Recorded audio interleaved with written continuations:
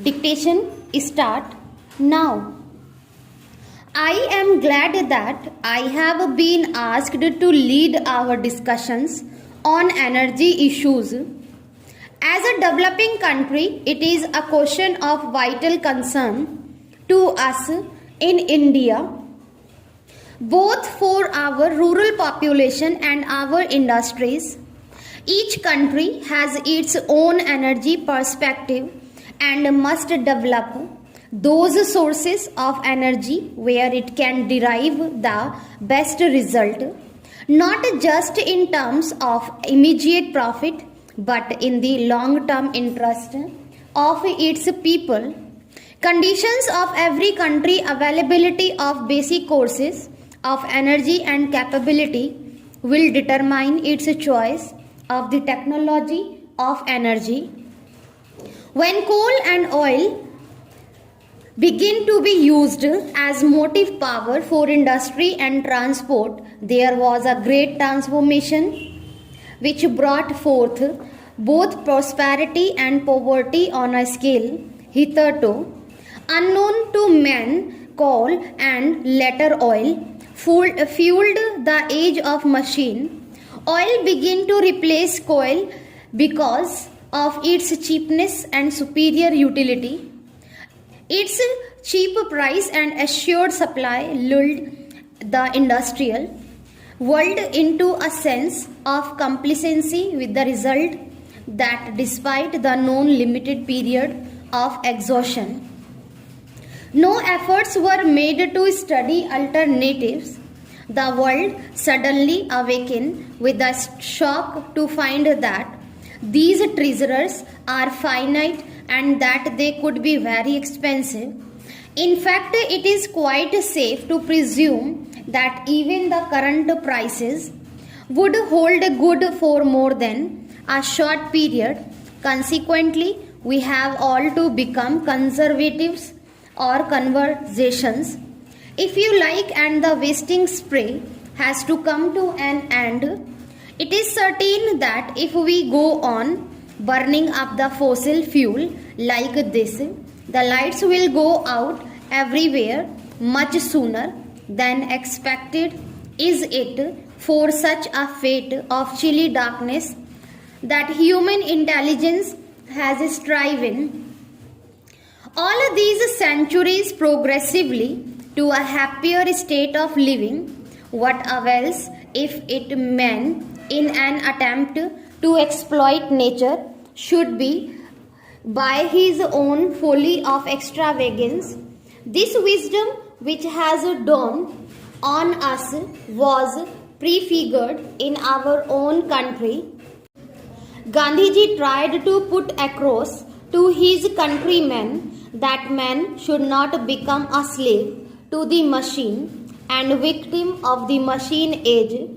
He wanted us to develop an integral personality in communion with the environment and with fellow men. Advanced countries have now begun to see how dangerous it is to measure progress in terms of energy consumption per capita. We must correct such concepts and replace them. We cannot, of course, reverse the clock of development. In modern age, pollution is one of the worst of them, and the sources of energy has to be chosen that the evils of pollution and degradation of environment are reduced to the minimum. We have a fairly abundant reserve of coal, but coal is also exhaustible and has to be exploited in an efficient way, including lower grades of coal and lignite.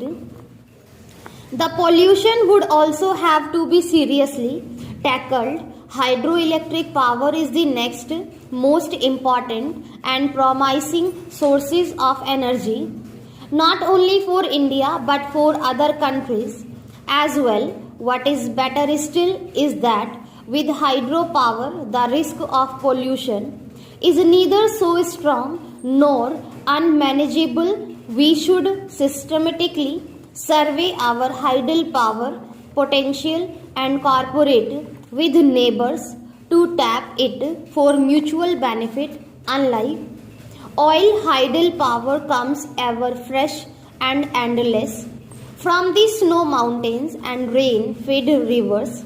To tap this fully in South Asia is a challenge to both engineering and fellowship.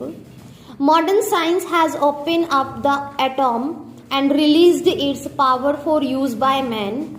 Nuclear power be harnessed for electricity, but there are well-known difficulties which have not been fully resolved as yet, notably the proper reactor and the disposal of waste to other sources of energy must claim our attention. Biogas and solar energy.